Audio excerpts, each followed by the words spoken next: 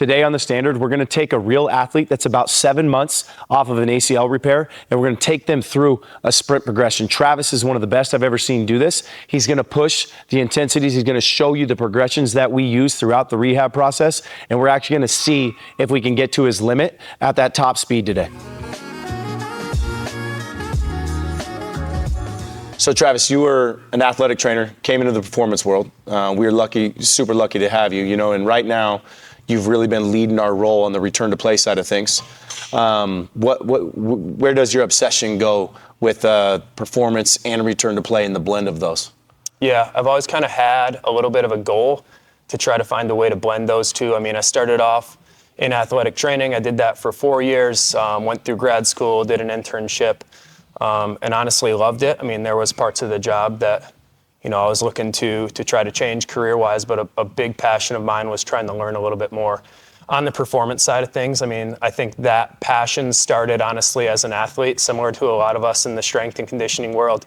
Loved grinding in the weight room, loved getting after it with the boys, and that was probably an area where I honestly saw a little bit more success personally than even on the field. So kind of was always a little bit of a meathead at heart and loved that side of things, but also recognized that from a rehab and return to play standpoint, that was an area that I needed to get better, that I needed to increase my knowledge and gain some experience. And that's really when I reached out to you guys and kind of got the ball rolling on a position here.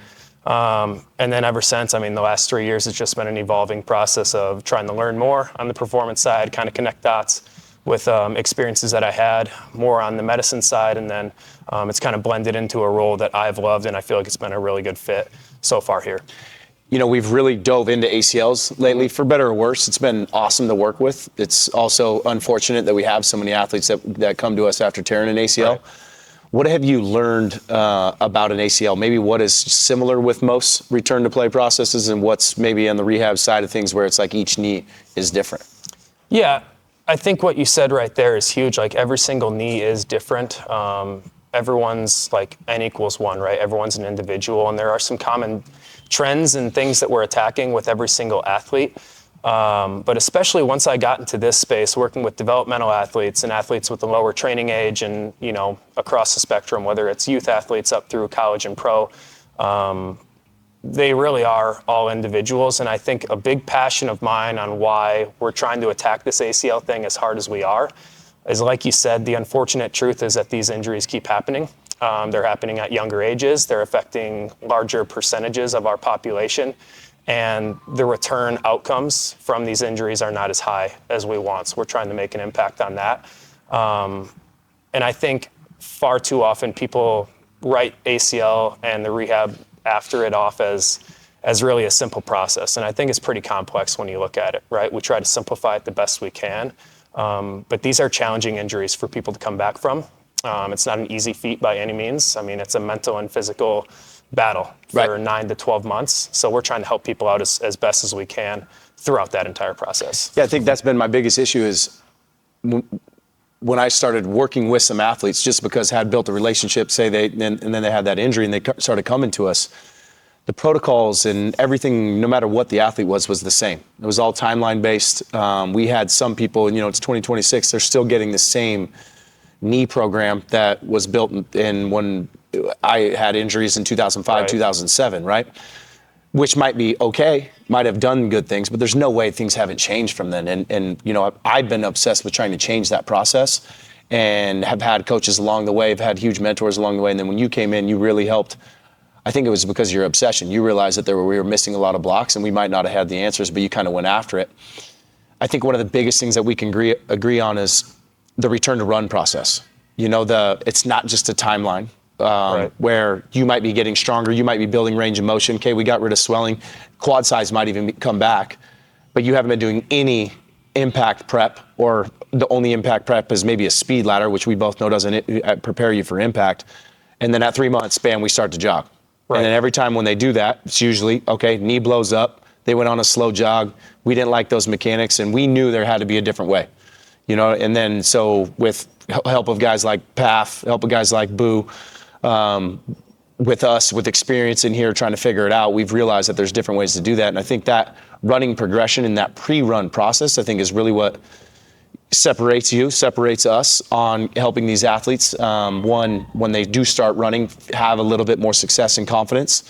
And then I think two is when they return to sport or return to competition, they're not just been running in a straight line or doing some really close change of direction drills. They're actually ready for that chaotic environment and can go get it. You know, that return to run process, what do you see the most benefit with that, or where do you see the issues that we usually deal with it when you get an athlete? Yeah, I mean, that's super deep, right? We could spend the whole hour talking about that, but I think to try to simplify the process, maybe I'll talk about like the biggest areas that I was struggling with going into it. I mean, I think when I started with you guys, I really didn't even know what to look at from a sprint standpoint. And I think actually being able to break down and observe and watch somebody sprint, watch somebody run through an acceleration phase or run at top speed and understand what is going on from a physical standpoint and a technical standpoint, having a deeper and better understanding of that has actually allowed us, and myself especially, to try to break down the demands into some of our rehab targets going into it. And it all comes down to sound progressions and graded exposure, right? So if we're looking at some of the biggest struggles we have, it's when people are going from, you know, a point A to point Z far too quick, right? They're going from a basic jogging progression to all-out sprints. And there's a lot of steps that have to take place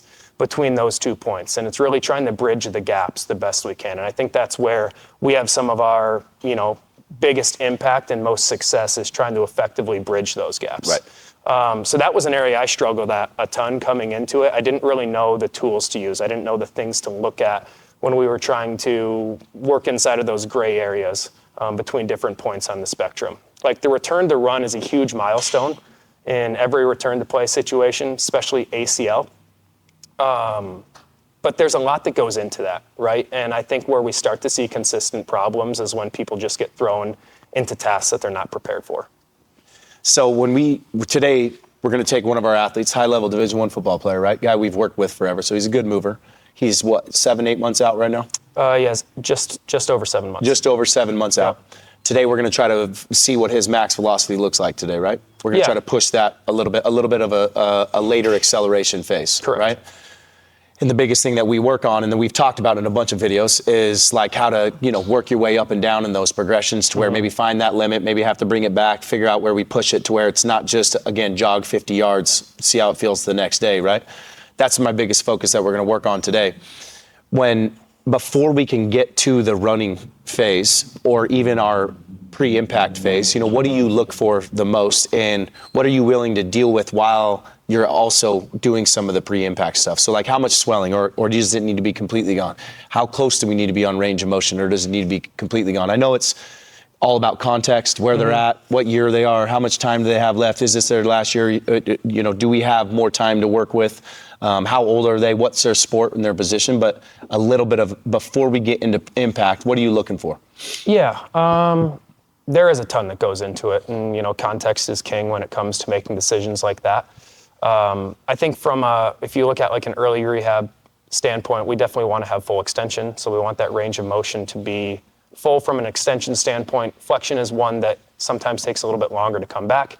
A lot of that is going to be dependent on the structures involved in the injury and then the surgery. I mean, if we're dealing with a meniscus or something chondral related, that flexion is going to be, you know, a lot slower of a progress. But without a doubt, we want to have full extension, and we want to be able to maintain that extension at any point.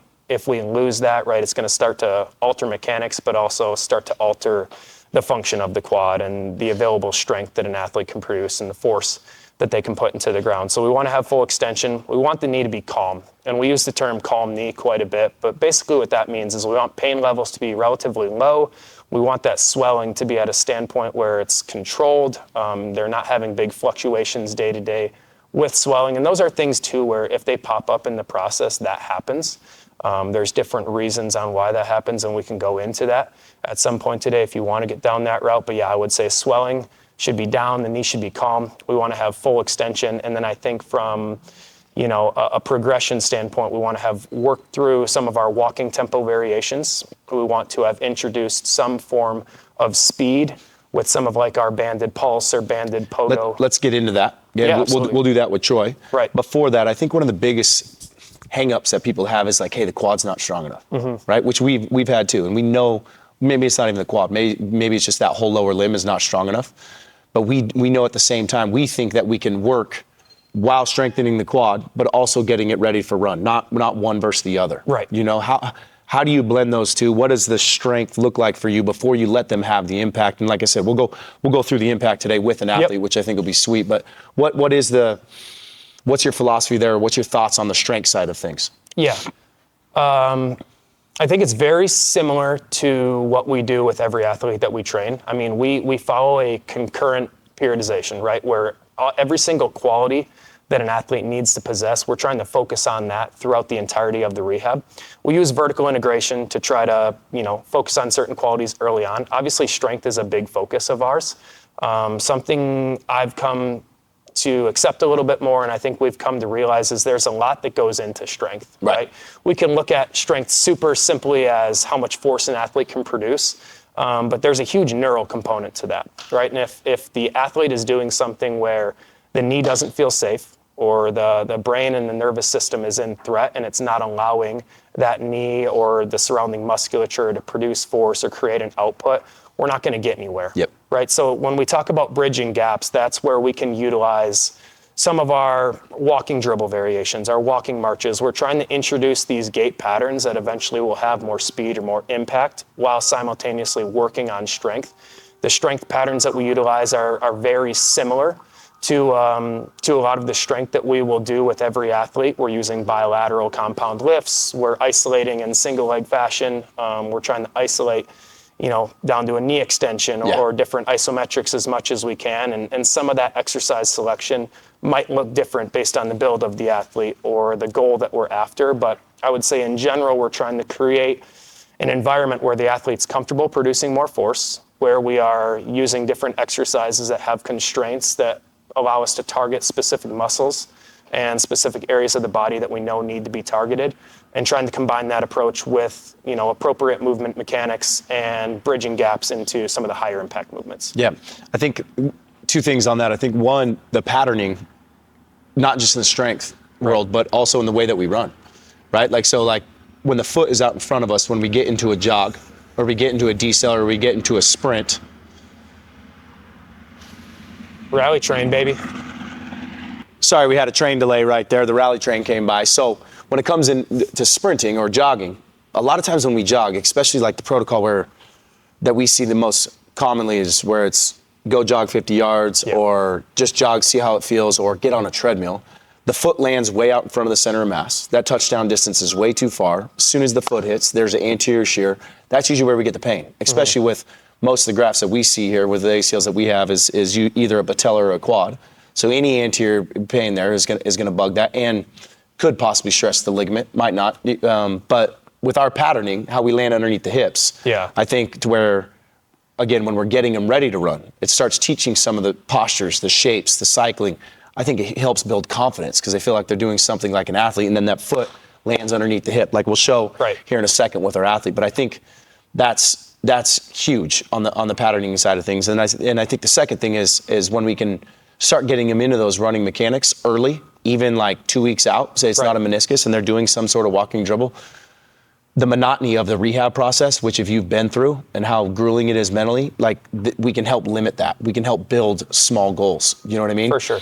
The last thing I want to hit on is intensity. I feel like one of our biggest focuses is we're trying to push the best intensity that they can reach that day. So how close can they get to their sport, no matter where they're at in their rehab program? 2 weeks out, it might be just getting to full extension. You know what I mean? A month out, it might be a walking dribble with some sort of weight shift as long as the prerequisites are there. You know what I mean? But our goal is to try to, what do they look like in their position in their sport? And we're trying to push intensity every single time. Right? Yep. With the runs today, we're going to go right now. We're going to take Troy through that, one of our athletes. This will be his longest run that he's had so far, 7 to, not longest volume-wise, longest distance-wise that we're going to push. So we should touch his highest velocity today. What are going to be the things that you're looking for? What are going to be your concerns? What are you going to be watching, listening to as we push him and we try to see where he can get to today? Yeah. He talked about the patterns that we look for, but I think, in general, we're always looking at postures, right? And we're kind of taking a global approach of what does the body posture look like? What's their alignment like? We want to make sure he's getting through appropriate ranges of motion that we need to see for him to sprint, not at top speed, but inside of the accelerations that we're going to do. We play with different variables throughout the process. This is something we do early on too, right? Whether we're at a walking tempo or something that's up speed a little bit, we're going to play with ranges of motion. We're going to play with frequency or speed. We're going to play with how much distance or stride length someone's going through with those drills. And that's kind of a balancing act, but we're going to understand what those variables are. We're going to try to play with them and get him into positions that we feel are most appropriate or that are going to mimic that demand of this sprint as much as possible. And then it's kind of just a process of slowly trying to stack those on top of each other. The cool thing I think about it too is like any lower limb injury or really any injury, the goal is the same. What's the best intensity we can get them at? What's the closest to their sport that we can get them to? Right. There's just different nuances between which injury that might limit us getting to there. So you might have to focus on the knee or the quad, or if we have a hamstring issue. Yep. You know what I mean? The nuances are different, but the running progressions are almost the same, which has made things very simple for us. Still super complex, but where we can watch these movements to where we can build them to where I think when we get an athlete too, they start to learn what they're trying to feel. They start learning how to move. They're starting trying to realize, okay, what was I in pain? Was I in threat? Was I just nervous there? How can I push that? I think it helps build reps. Well, it's also giving us an opportunity to see what is triggering pain. What's triggering a negative adaptation or response that we're not going after. And when you have different variables that you can modify, whether that be speed, range of motion, like all of these different things actually help us paint a bigger picture of what's going on, or at least what are the consistent triggers that are causing some form of setback, opposed to what we see all the time where randomness. Hey, you're going to run for 10 minutes on the treadmill today. You're going to run for 15 minutes. And if we only use volume as our only modifier or only variable that we're using for some form of progression, it doesn't really give us a ton of information, and it doesn't transfer to what we actually need to see in a sprint. And it's hard to build repetitions. It's hard to get better. It's hard to feel your progression with that. And I think one of the biggest issues that we deal with too is the randomness, to where it's one day they might just jog.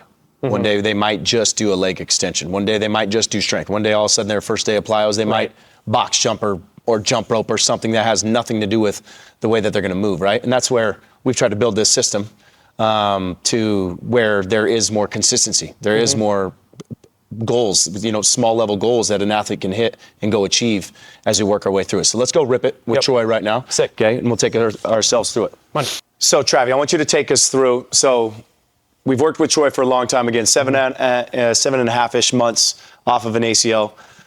These are things that we were doing really early on his return to play process, but now that's just kind of integrated into his warm up, and then we're going to work our way to a run. Kind of take me through what we're doing right here. Yeah, right. So Troy's a college athlete. We saw him during one of his winter breaks, so we were able to work with him a little bit and give him some drills to work on. He's done with his dynamic warm up and some of our prep targets for the day. We're going to move on to a single leg band assisted pogo. Now this is something we'll utilize quite a bit early in the process, and some of those tools and whatever methods we're utilizing early in the process, eventually later on, they kind of get lumped in to some of our warm-up and our prep, right? So this isn't going to be a huge focus today, but what we're trying to do with this band-assisted pogo is we're taking a little bit of body weight away from him. That band's going to help him out. And the biggest thing we want to work on is our foot contact and the ability for our ankle, our knee, and our hip to kind of move in sync with one another, right? So Troy, you're going to go 10 single-leg band-assisted pogos. Let that band help you out. We should feel light and bouncy off the ground.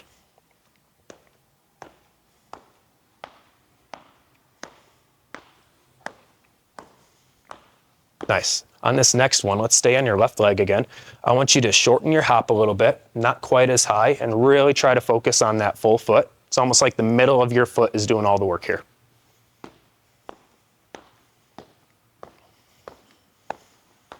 And Trav, what's the band doing? Yeah, the band is helping out. Basically, it's offloading some body weight. Decreasing the intensity. Yeah, decreasing the intensity. Just like if we were in a pool, something like that. Right. And Troy's doing an awesome job right now. He had a pretty significant knee injury. The reason we're still utilizing this variation is one of the things we see is on his single leg pogo without a band. right? He's struggling a little bit on this right side to get compliance through the knee. So we're still using it as a tool more than anything to try to kind of show that knee that we're in a safe spot. When we're doing these single leg tasks, we're using it as a little bit of a warm up, but more than anything else, we're trying to get that knee and hip to comply or bend together. I love the word compliance, and people talk about it all the time, but you don't see it. We'll see it like we've talked about before, people going on a box jump or going on a jump, and they might be able to hit a certain distance on a hop test, but there's no compliance through the hip, knee, and ankle, right? And like where we're making all three flex and extend at the same time, where they're all attenuating that force together. Correct. Instead of like, okay, I can still jump high off the right leg, but my hip, it's a hip dominant strategy. My hip's going back, right? And I think this has been one of the biggest wins that we have, especially with not always being able to use our pool that like we have at our other location, but to where I think it decreases that intensity. I think one, it builds that compliance, but I think it also, like we were talking about earlier, lets his body know he can do it. So when we go into the running phases, he can feel hip, knee, and ankle working together. And Absolutely. we know if we can't do that, we know we can't run. Right, and I think that's one of the biggest areas I messed up on early, is I was just chasing stiffness. Yeah. Right, as much as I could, it's how much stiffness can we produce in the knee, how much can we resist force, and as much as that's a necessary quality for the knee have, there's a fine balance between stiffness and compliance. So we're trying to use these plyometric variations in our drill work, one, to give us an evaluation on where he's at with that, but train those qualities as well. Troy, you can go 10 single leg on the right side, same thing. Full foot, knee and hip are working together. Involved is left, correct? Right. Involved is right, okay. Yep. So even there, Troy, try to be a little bit more full foot, okay? A little bit more full foot. Decrease, right? I don't care about the speed or the height quite as much. Your focus is nice and smooth, full foot landing every time.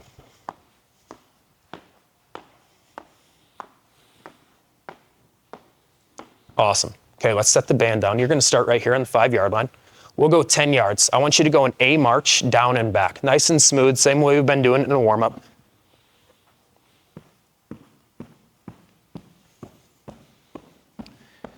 Again, another simple drill, and Troy's done it with us, but the full foot is huge. And I think if you watch Travis do this as well, you'll watch how he's changing his vantage points. So he's watching from different angles. Every rep, he's going to watch from a different spot. Even through that, nothing changes. Everything's smooth. He's changing his vantage point. Travis, when you're watching him, you know, the first thing that we're looking at, correct me if I'm wrong, we're trying to make sure that he's landing full foot, right? Yeah. I think probably the second one on the march is like, what does the intensity look like from limb to limb, right? Yeah. Usually like one time, maybe the uninvolved leg might hit hard, the other involved leg might land soft, or it might be stiffer, like you said. I feel like a lot of times the involved limb, that toe drops to help, again, soften the blow, so because he's not ready to drive through the ground. I think from the back, we can see stuff's going on with his hips. We can watch the arms. A lot of times when we have an issue, especially with a football guy, he's probably messed his AC joint at some point, but to where maybe one arm's not working as good as the other arm. You know what I mean? Just as you're watching those, what's the main thing that you're looking at on like you said, I mean, obviously there's a lot of factors that we can take into account with a drill as simple as a march. I think, yes, foot placement and foot contact is something I'm looking for. I think globally I'm trying to see shapes and postures, right? So what does he look like? Is he upright, tall, and stacked?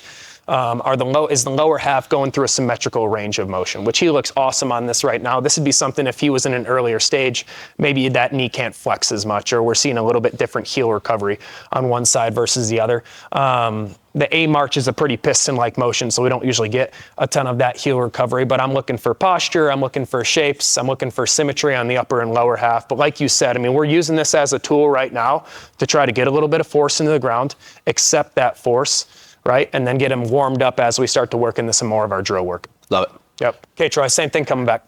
After the marches, what do we got? After the marches, we're going to get into some of our skips. Okay, cool. A skips, we'll go some skips for height, distance. Then we'll start rolling. Yep. So even right there, right, we can see on this next rep, like putting significantly more force in the ground. And he does an awesome job at that. Okay, Troy, feeling good? Sick. So what we're going to do, we're going to go down to the other side of the gym, and we're going to start working through our sprint drill work. I want you to start with an A skip. You'll go 20 yards. I'll have you go down and back with this, okay?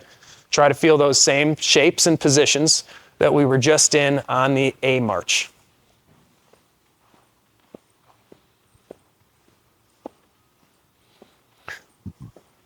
Travis, what are some of the common asymmetries or common dysfunctions that we see when they start getting the skips. Like Troy looks really good.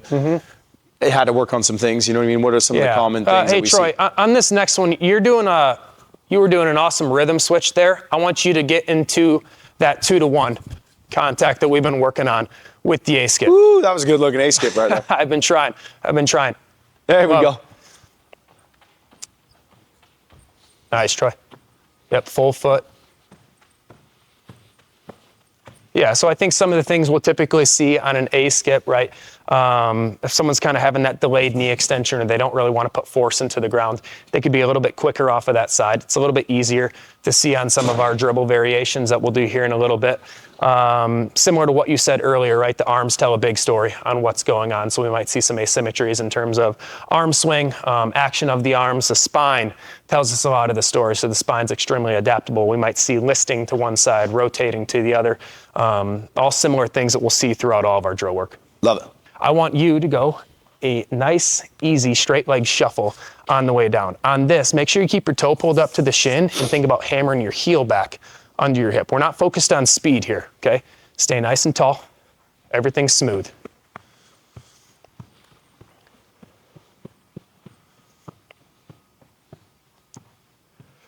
Troy, awesome job. You can walk it back on this one. Walk back. So on that, right, as we start to build intensity on any of this drill work, some of those asymmetries or some of those compensations that we'll see might start to show a little bit more. I mean, Troy looks awesome right now. Looks like he's a little bit quicker off of the right foot, and some of that goes to like the compliance deal that we talked about earlier. So different things that we'll see is like when someone's really quick off of that side, as much as it looks awesome and they're creating a ton of stiffness, we want to see equal ground contacts. We want to see symmetrical shapes, similar ranges of motion side to side. Let's go one more on that. And now on this next one, I want you, as you build down the turf, to think about building a little bit of speed. So your foot's attacking the ground a little faster every step.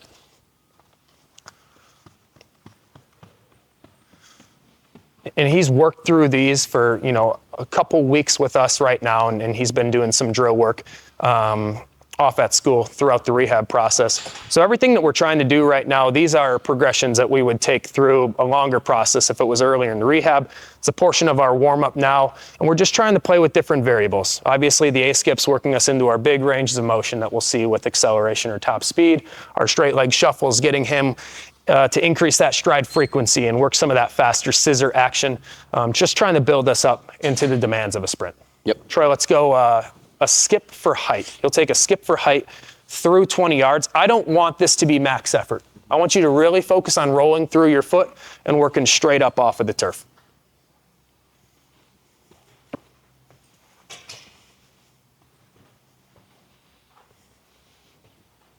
I love it. I think one of the biggest things that I see wrong with the skip for height is like what you said, everybody tries to go max effort, and then they're all off balance in the air, and the jump's not there. We're just trying to see a smooth transition 100%. Off the ground. Now with that vertical emphasis, it's a lot more force through the ground. For sure. Right? And so it really helps us. Can we transition? Can we roll through the foot? Can the hips maintain posture? Can the whole body stay stacked? Yeah. I think that was that huge cue there. That was great. You're going to stay at that intensity. And a lot of times on the skip for height, like you said, I mean, that is a lot of force, right? That ground is producing a ton of force and it's working up through our knee. I usually don't have people go max effort on these. I mean, there's maybe a time and place where that would make sense for us. But more than anything else, I want him to get the feeling of that posture staying stacked and him working vertically up away from the turf. We'll see a ton of times, right? Our young kids or even some inexperienced athletes, whether it's return to play or not, on their skips, they're sunk, right? And they're staying too close to the ground. So we'll go one more on the skip for height, and it's just kind of prepping us for that skip for distance that we're going to do here in a second.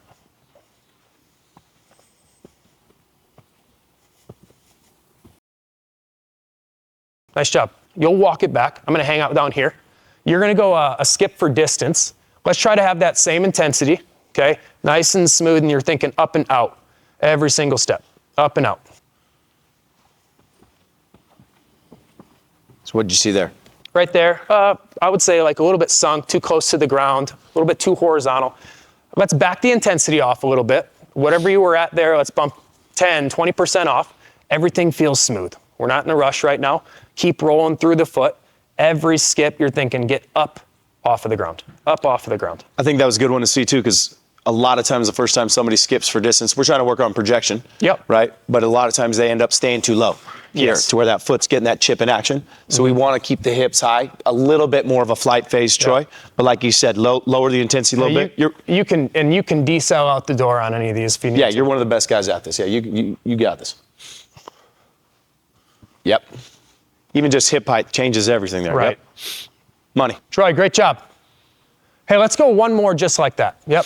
One more just like that. That's money.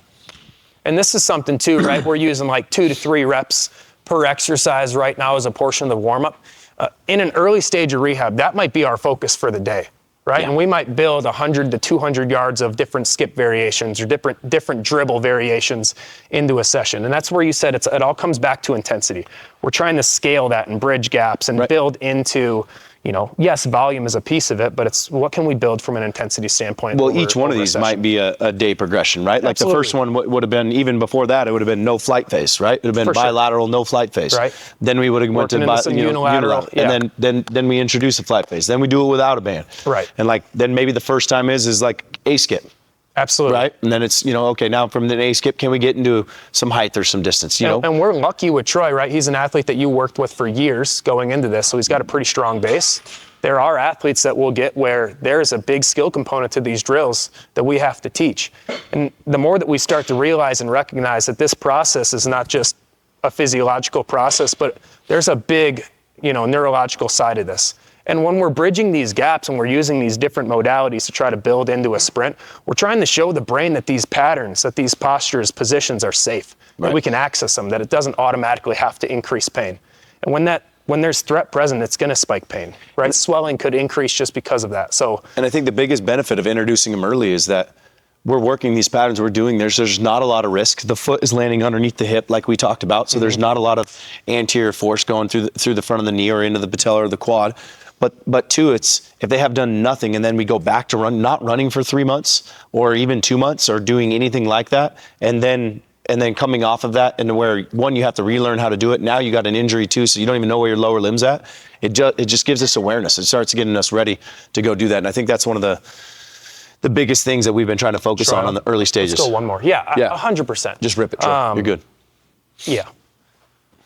And I think that's where, like, you look at different portions of a rehab. Obviously, 9 to 12 months is a big chunk of time, and that's kind of an average time frame that we'll see returns take. Some are sooner, some last longer than that. But what you don't want is you don't want the back half of a rehab to sneak up on you. Right? All of a sudden, you're 8 months into a rehab, and light at the end of the tunnel is starting to come up, and you haven't sprinted yet. And then you're going to rush your steps. You're going to skip steps, and that's one of the areas that we just see is it happens far too often. Yep. Right. Okay, Troy. So now we're going to get into our dribbles. So the same dribbles that we did in the warm-up, right? We use these as a portion of our dynamic warm-up. Right now, your focus is going to be staying over the calf. And on this first one, I want you to think a nice smooth rhythm through 20 yards. Make sure we're still hitting heel first, okay? Roll through the foot.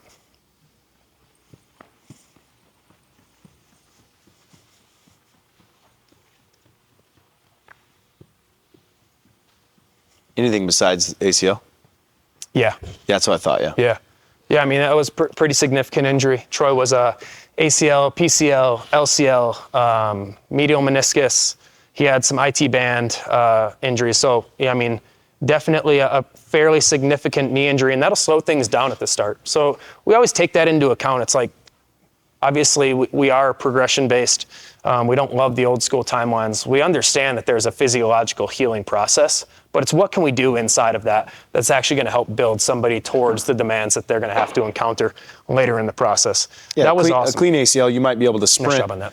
at the 6 month mark or a little bit before. And he has been sprinting, but that's why we've been building this. But our timeline is relatively similar. It's just a little bit different process. The front half was a little bit slower. Yep. And this is the first week that we've had him for a full week too, and we get him for the back half of this coming week as well. So right now we're really trying to just feel out where is he at in the process, what can we build him up to, and what's an appropriate demand that maybe he can start chasing as he goes back to school. Love it.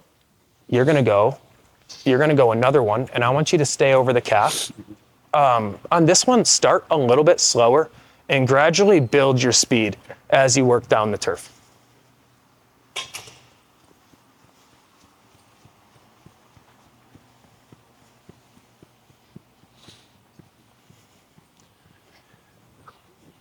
when we tell maybe a PT or a doc that we're trying to work on our verbiage together, it's like, hey, we're going to do some dribbles, some running progressions. They're really nervous about it, and we get it because again, the foot lands out in front of the body, and that's where it can have some issues on the whole knee structure, definitely the ACL and the meniscus. But if you watch when he dribbles, he's landing underneath his hip every time. And that compression is going to have a lot less stress on that knee than anything else if it's just going here. Now, again, if I'm here, if either I'm pulling or I'm chipping into the ground, we get a lot more stress. We know we're going to have to do that in our sport. But you can do those really early if, again, you work on from a walking position. I can roll heel through my toe. My foot is going to land underneath my hips. It's an easy way, again, to start building that confidence. But that's the biggest cue and the biggest issue we do see with a dribbler. When somebody does get into a running progression, they're like, it's still hurt. Usually it's where that placement is on that foot. It's usually not landing underneath the hip. So again, Troy has been doing it with us for 10 years. So he knows how to do it, but that foot has got to be underneath the hip, especially in the early stages. Troy, that was great. So now what I want you to do on this next one is we're going to go way better than Ben. We're going to go a dribble build. You're going to start over the calf, and your goal is as you work down the turf, I want you to try to get to a knee dribble. Okay, we're not going to bleed out on this one, and I don't want you super focused on speed. Every step gets a little higher until you get to the knee.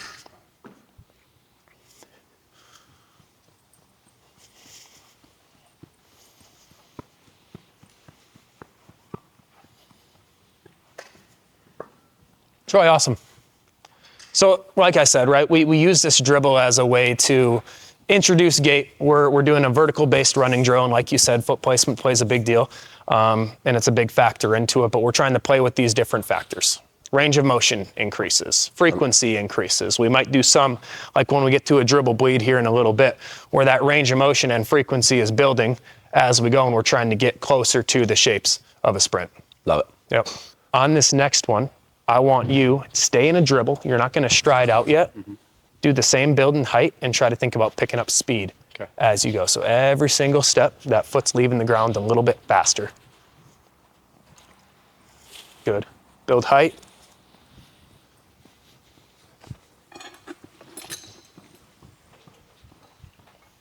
Troy, awesome job. Nice job. All right, Troy. So now what we're going to do, we're going to go a couple reps of this. You'll do a dribble bleed. Same thought process, range of motion and speed are increasing as we go. And I want you to start opening up into what feels like closer to your stride. So we're kind of working from that circle pattern into more of our oval. It's going to feel closer to a sprint every step. Same ones we were doing on Monday. Your goal is that you kind of feel that stride close to about 20 yards. Take as much space as you need out the door to slow down, okay?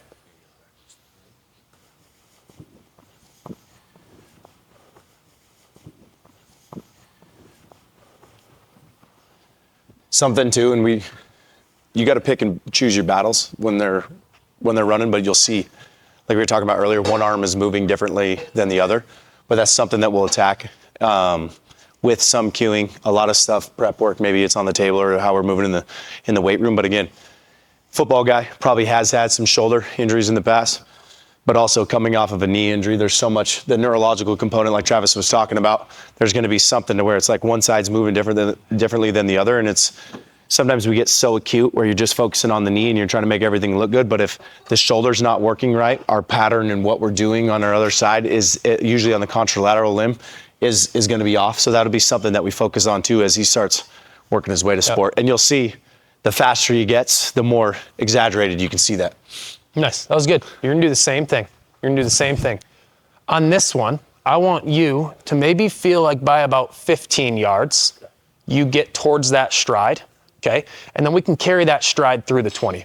So you're thinking like dribble, bleed through 15, stride through 20. You're opening up every single step.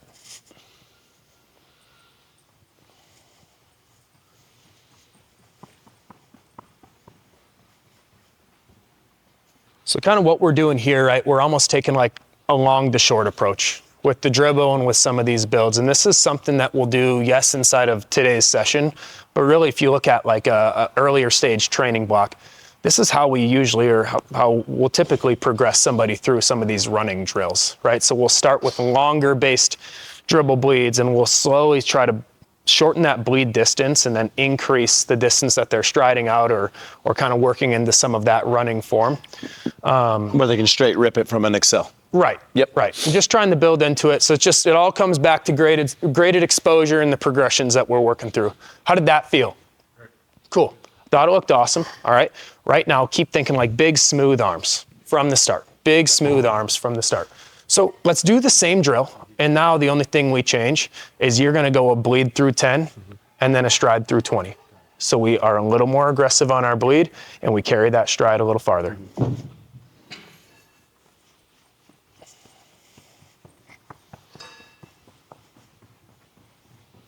Something that Troy's making look super easy right now is maintaining posture in his thigh lift as he works his way through. So when you go from the bleed to the stride or the bleed to a run, you'll see a lot of times a kid might be doing, or an athlete might be looking great on the dribble, and then as soon as we go to a run, hips dump and we start looking like this, then they break and they fall forward. Again, we've had him for a long time. He looks really good. Travis has been cueing it right, but you really need to make sure that they maintain posture through the entire run, so it actually does mimic upright running, and that's the whole point of these bleeds into that run. Great job, Troy. That was awesome. I want you to go one more like that. Yep, one more like that. Bleed through 10, stride through 20.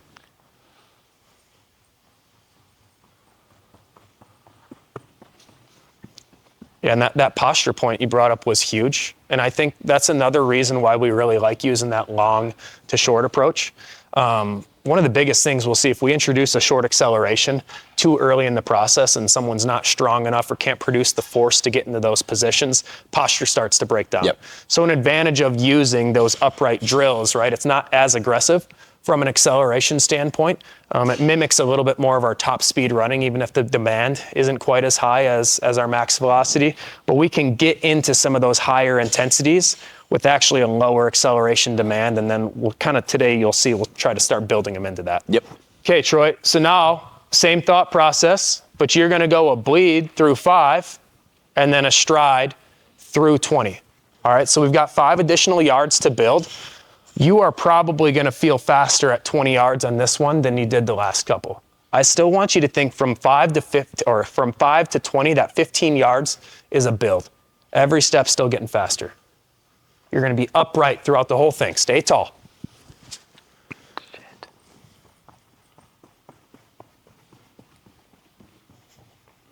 Nice. How you feeling? Good? Okay. Think you look awesome, all right? If anything starts to talk to you, let me know, okay? Troy, in these early stages, as you've been running, where did you start feeling some of the pain? Did you, or like as you started moving, was it the back of the knee, front of the knee? Back of the knee. And what graft did you have? Patellar tendon. That's what I thought. So most of the pain's in the back. And a lot of times these dribbles, again, can help really, we want to talk about strength. Everybody thinks the weight room. These dribbles and working our way into these top speed, like having that leg recover and that hamstring being strong enough to do that is way more functional, way more transferable, and you're going to get a lot of strength out of those. Again, even from those early stages of just walking through these positions like this, we're going to get a lot more benefit out of that, the way we run, than any RDL or anything that we do in the weight room. Doesn't mean that we still don't focus on the hamstring in the weight room, right. But that's where we can kind of get those wins and help start and get rid of some of that pain behind the knee. Troy, now when you're at 20 yards, you're running pretty good right now. Are you feeling anything behind the knee? No. No? Usually what we'll say on the pain scale is like a 1 to a 2. We can live with that during a training session. We used to say, hey, no pain.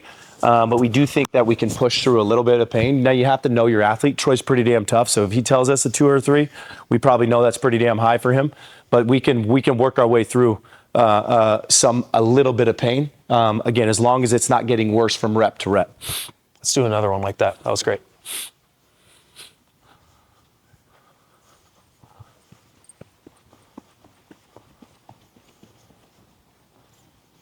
Love it. Yeah, we're super fortunate with Troy, right? You built a really good base with him. So he makes my job super easy, makes our job easy. But what we'll see on that transition from bleed into stride is our stride length, or the distance that he's covering with every single step, is increasing as well, right? And as we're going to start working into our accelerations today, that's going to be a big focus of ours. We're going to find his limit today, and that was the whole goal of this video. We're going to find out where Troy's limit today, see if we can push that a little bit. Maybe we got to back off a little bit, but that's our goal. And the point you brought up about pain is huge. And another thing we'll say typically is, like, understand the difference between a danger sign and a warning sign. We're going to have warning signs all the time, and that'll probably happen inside of a session. And another approach we can kind of take that I've had some success with in the past is I view it as like an at-bat, right? Strike number 1, I'm feeling a little bit of something. Strike number 2, okay, I'm feeling it again. Let's not get to 3 strikes. Yep. Let's not get to 3 strikes. We'll back the intensity down. We'll build some volume at an intensity that's more comfortable. We'll finish the session with a win. Awesome. Yep. Okay, now what I want you to do is you're gonna go a roll-in build, and we're gonna take this through 20 yards, okay? I want your focus to be, when you get to 20 yards, your speed is exactly the same as it just was with the bleed in, okay? Cool. The only thing that changes is how we start.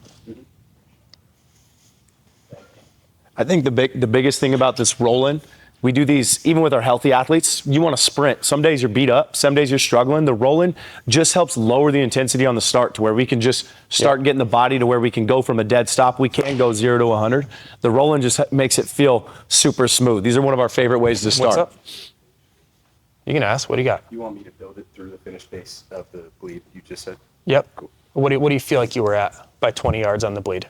Like 60 to 70 range? Sweet, then you're trying to get to 60 to 70 right now. Cool.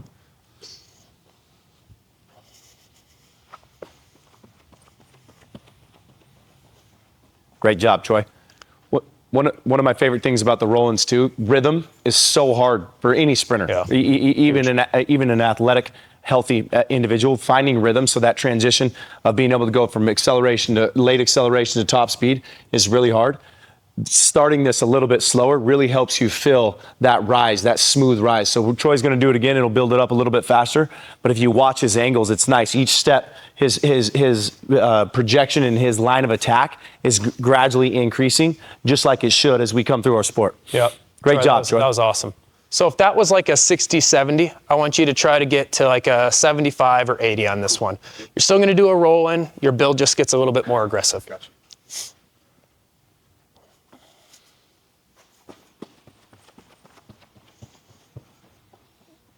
Feeling good? What?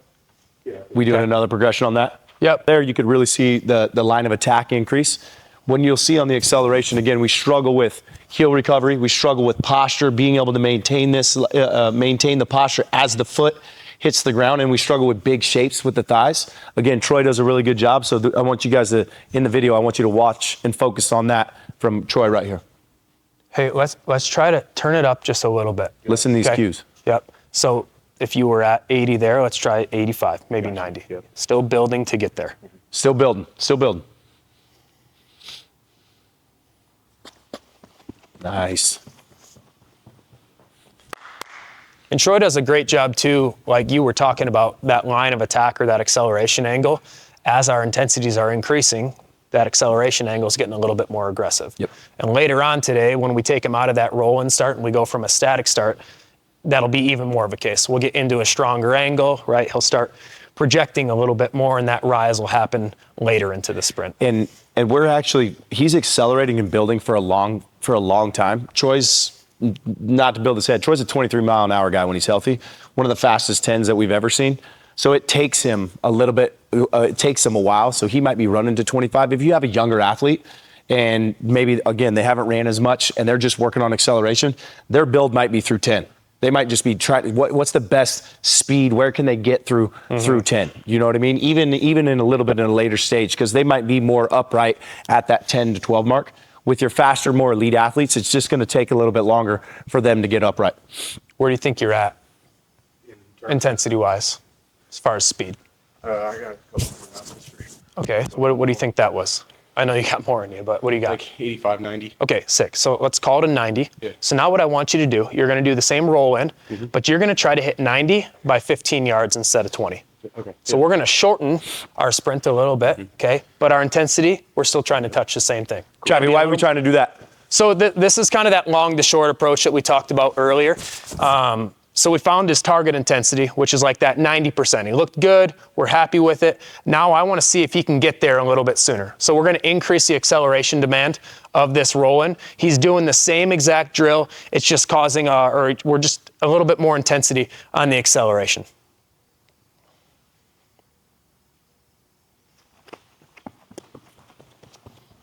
He does a great job with his rhythm, right? We can hear the sound of his feet speeding up every single step.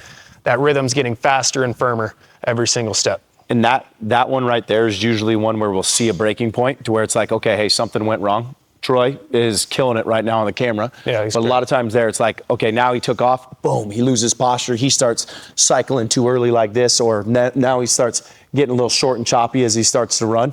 Okay, but every single transition that you go, as you build intensity, all you're looking for is if something breaks. And if something breaks, usually we'll give them 1, maybe 2 more reps. But it's like, okay, hey, that's too far for today. We're going to bring him right back down. Now, Troy's ripping it today. Our goal was to see, where is maybe his limit today.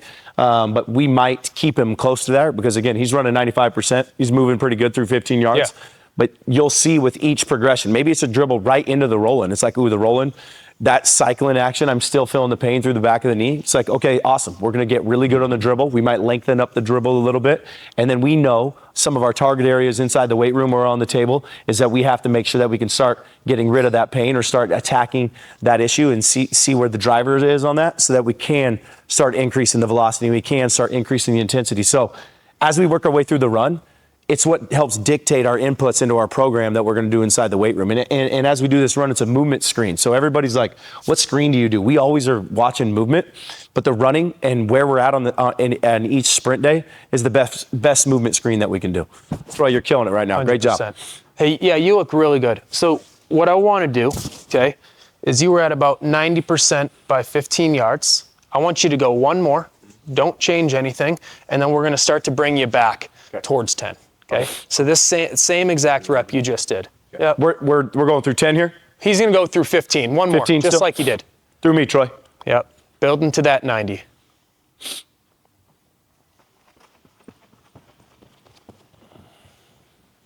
It looks good. Yep.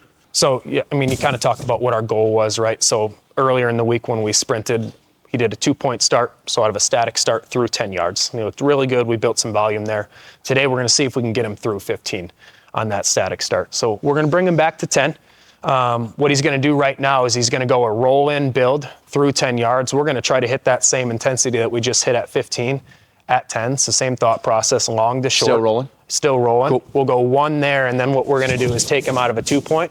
We'll start our sprints at 10 yards and then see if we can start to build intensity and speed by increasing our distance. Cool. Yep. Okay, you look awesome right now. Everything's feeling all right. Sweet. So now you're going to do a roll-in build. Your start stays the same. Your target intensity is still 90%. You're going to hit it by 10 yards. Okay, so we got to be a little more aggressive with this one. You said roll in. Yep, roll in still. Roll in.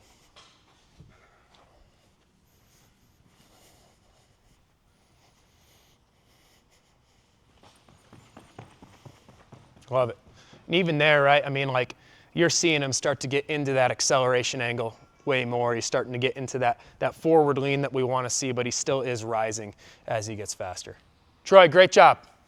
You hear all the time, too, in ACL or any injury, you got to build the brakes, and we're doing that. And again, remember this video, the goal for us is to see what velocity, what speed can we get him at. To today, that's our focus. On other days and inside of the weight room, we're always working on change direction, deceleration, getting that knee to be able to track forward as we decelerate, just like we did on the pogos, just like we did even working on the compliance on any of the drills. So we are working on those every day. So we understand that just hitting a top speed is not the only output that we need, but we do see this done, we feel like incorrectly, or this is the way that we love to see it happen. And it's a nice way to mitigate, whether, I know that word's used all the time, but mitigate him getting hurt, whether there's a hip, a hamstring, the other knee starts bugging, something like that. Building through these progressions really helps us keep that trend going upwards.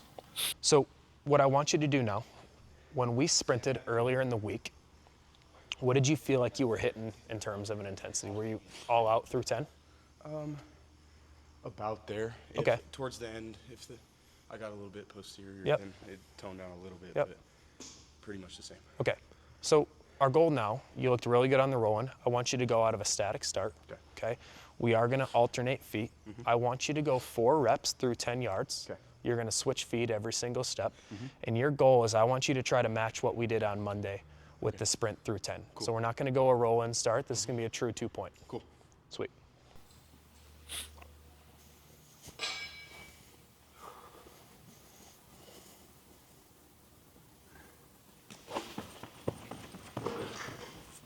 what about the feeling behind the hammy? You just told you got a little something.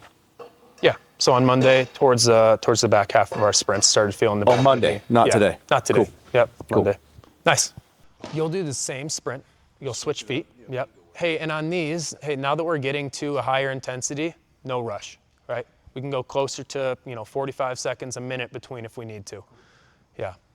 So we're taking kind of now a short to long approach.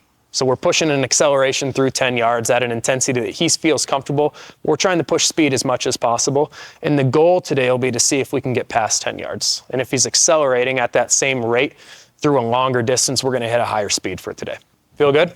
Okay. On that last one, all right, you're doing a great job at projecting. Okay, I almost feel like you kind of overstrided. Over too much And your rhythm was kind of off. So it was like long, quick, Yes, right? yeah. Build through 10. Same thing, build through 10.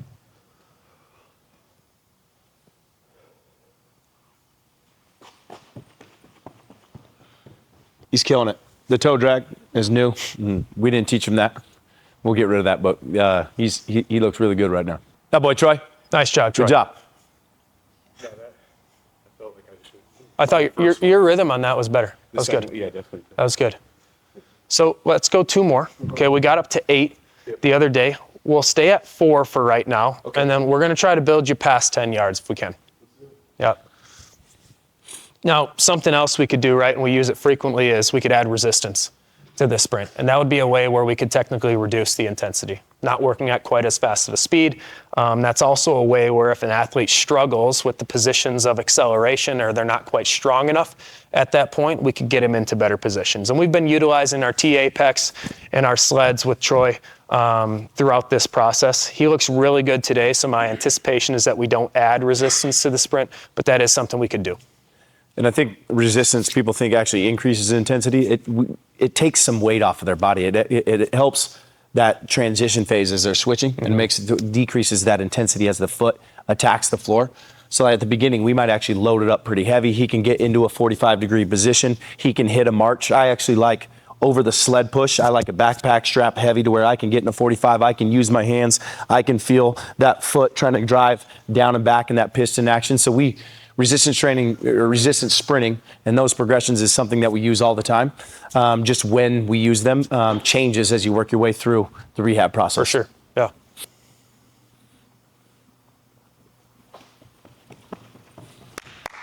Good boy, T. Good job. One more? Yeah, we'll go 1 more through 10. How we feeling, Troy? Feel good, baby. Thank you. Hell yeah. I think something that's just taken for granted is after every rep, you'll hear Travis ask Troy a question. There's an art to it. And especially with a guy you've had for a long time, sometimes he'll try to hide it from us. He's like, he knows what he's supposed to get to that day, so he might not tell us if anything's bugging. So Travis just tries to always nonchalant, just, hey, how you feeling? Where you at? That was a great rep. How did that one feel for you? And a lot of times they'll give us that feedback. And again, that helps us kind of find out where we're at. Seems super elementary, but we'll see a lot of times you'll go through a whole session and they're just running their 10s. You don't say anything. And they're like, halfway through I started to feel this. But I just kind of kept going because you didn't ask that question. So I think it's just trying to bring up casual conversation. One thing we try to avoid, I mean, we will ask them questions about pain, but we try to not bias pain all the time. Because what we don't want to do is psychologically have them hyper-focused. Did that hurt? On did that hurt? Hyper-focused around the pain. So, Troy is an athlete we've been working with for a while. We obviously have a pretty good relationship with him, but yeah, he's a grinder. So there's an art to figuring out exactly what's going on. Feeling good? Okay, so here's what we're gonna do. That was your 4th? You got 1 more. Okay, 1 more on the right, and then we will turn it up a little bit more.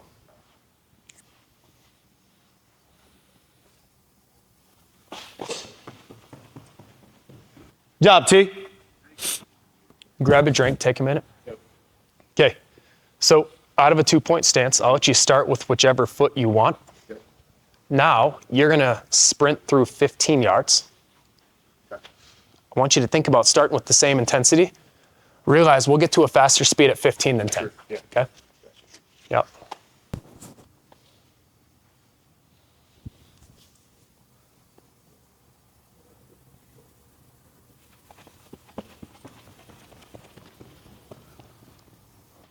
Pretty damn good. Yeah, it looks really good. I mean, we were talking about the arms earlier, so that is something that we see with Troy. And Right foot's a little more externally rotated Yeah. than the other, which again, as we get closer to performance, those are things that we're trying to attack. That's where we have to weigh.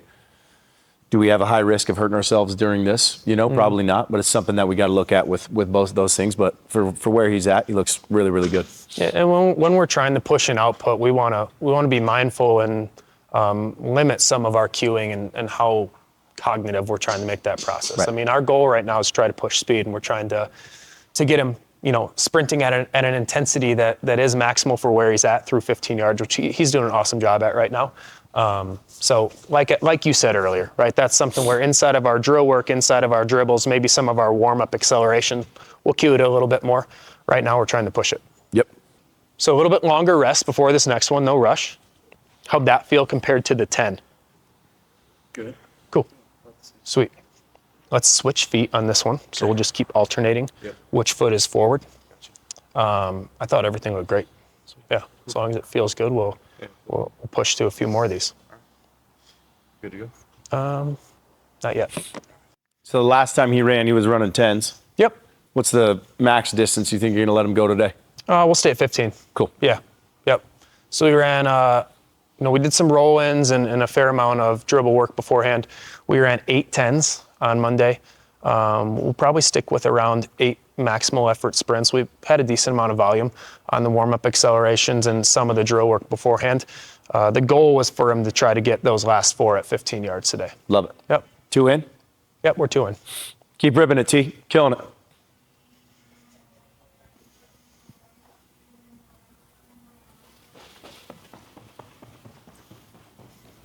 Like T said, on we call it our B days, but the day following the sprint, we will work on some of our deceleration mechanics and try to get them into appropriate positions and postures and demands that replicate what they're going to need to do from a deceleration standpoint. Right now, today's focus is linear speed. So as we're increasing that sprint distance, we're also increasing the distance of our deceleration zone.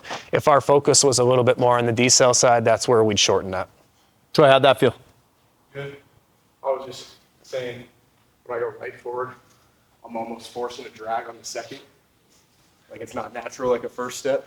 How about Left is on Monday, you felt a little bit behind the knee? At the end, you felt a little bit behind the knee? Just a little bit, yeah, and I feel like it was probably from getting to that. How about right now at the 15, you feeling anything? No. Heck yeah. Cool. So that's where we can use pain as something that can help guide us, but doesn't need to be something that helps shut us down. A lot of times, feel that, we might stay with inside 10. If we build it right, we feel like every time that if we space the sprint sessions right throughout the week, we can still keep it increasing that intensity every week. We can still keep 100%. getting that velocity to increase every single week. Well, and it's where we keep bringing up the graded exposure, but we're not just increasing the physiological processes. Yes, we're getting stronger and more explosive and our rate of force production is going up. All of those things are absolutely happening, but we have to think of the human body as like a modern day car, right? There's a computer system that's running that. And no matter what the horsepower is or how good the tires are, the suspension, the alignment, all those things could be in line, but if the computer system's telling us something's not going, that car's not gonna go, right? So we're trying to, for lack of a better term, trick the brain and kind of show the nervous system that we are okay working into these intensities. Love it. Last one? That was 3, right? Yep. Take your time, Troy. No rush.